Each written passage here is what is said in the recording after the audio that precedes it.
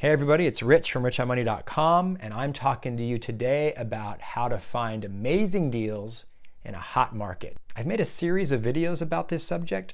Today's particular video is about driving for dollars.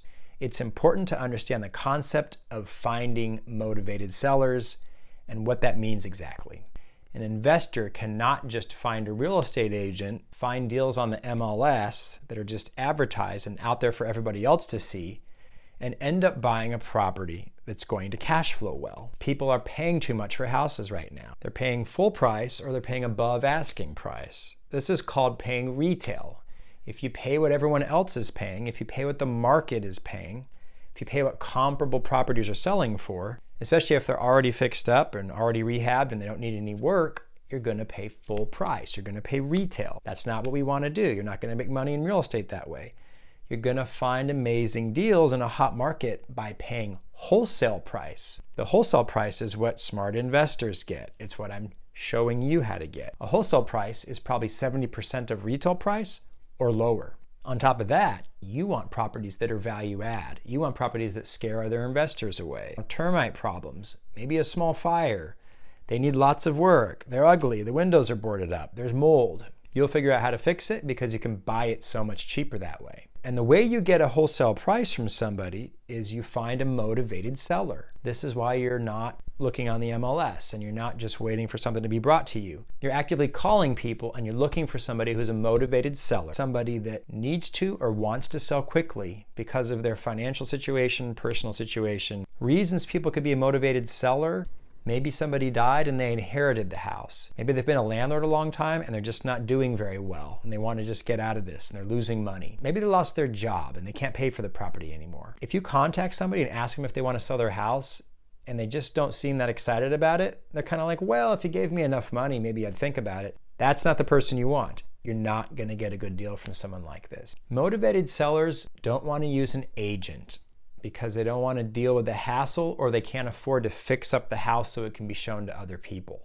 What is driving for dollars? You drive around neighborhoods and you look for houses that could potentially be good investments. Well, what kind of houses would be good investments? Houses that look run down, houses that look like they need a lot of work, houses that nobody's taking care of, houses that are abandoned, houses that have clearly been vacant for a long time. These houses likely aren't listed on the MLS. So you start building your own list by driving or walking through a neighborhood for dollars and then contact owners directly. I've talked about this in previous videos, how to look up the owner's information as well as the methods you can use to contact the owners directly. One thing to remember is that if there's somebody outside the property or a contractor working on the property, go talk to that person. Go say hi, tell them who you are, get business cards made and hand them a business card.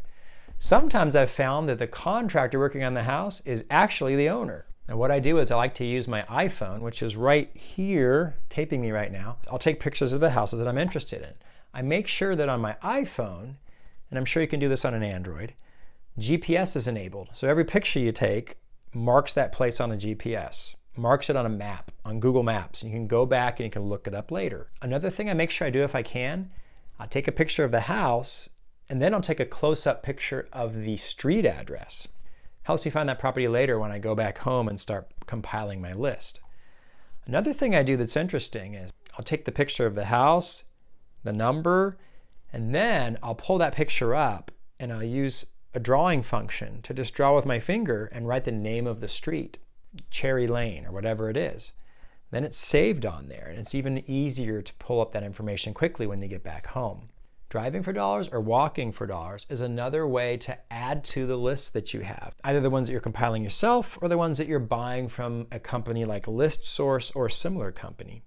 You want to get as many properties as you can into your list and then continue contacting them on a regular basis. Driving or walking for dollars is a simple concept, but a very effective one, so remember to use it. If this video and my other videos have been helpful, please make sure to give me that thumbs up and also hit the subscribe button. One of these days I'll decide which side that it's on. And leave your questions or comments below. This is Rich on Money, signing off.